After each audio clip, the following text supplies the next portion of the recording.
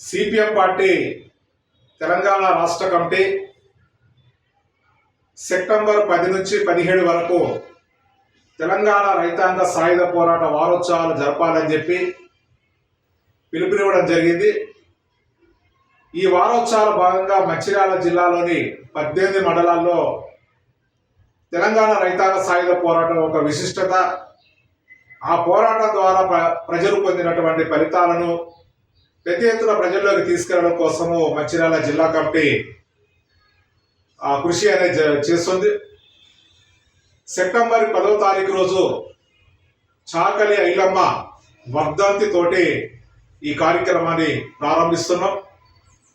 తెలంగాణ రైతాంగ సాయుధ పోరాటం భూస్వాముల మీద, రజాకార్ల పైన, నైజాం సర్కార్ యొక్క దురాఘాతాలపైన పెద్ద ఎత్తున కమ్యూనిస్టుల నాయకత్వంలో జరిగినటువంటి పోరాటం.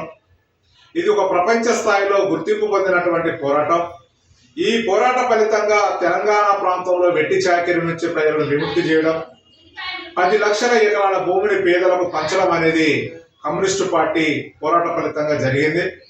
కానీ ఈ పోరాటాన్ని వక్రీకరించి ప్రజల్లో ఒక గందరగోళాన్ని సృష్టించడానికి మతోన్మాద పార్టీ బీజేపీ దాని సంస్థలు ప్రయత్నం చేస్తున్నాయి. ఈ పోరాటంతో సంబంధం లేనటువంటి మతోన్మాద బీజేపీ పార్టీ ఈరోజు పేదల దగ్గర ఉన్నటువంటి భూములను అన్నింటినీ గుంజుకొని కార్పొరేట్లకు అప్పచెప్పే విధానాలను అనుసరిస్తుంది. మరోపక్క ఈ తెలంగాణ రైతాంగ సాయుధ పోరాటం ఒక స్ఫూర్తిని దెబ్బతీయడం కోసం కుట్ర పన్నుతుంది. అందుకే విస్తృతంగా ప్రజల్లోకి తీసుకెళ్లాలని చెప్పి సిపిఎం పార్టీ భావిస్తుంది. మంచిర్యాల జిల్లాలో సెప్టెంబర్ 10 నుంచి 17 వరకు అన్ని ప్రాంతాల్లో ఈ వారోత్సవాలు జరుగుతున్నాయి.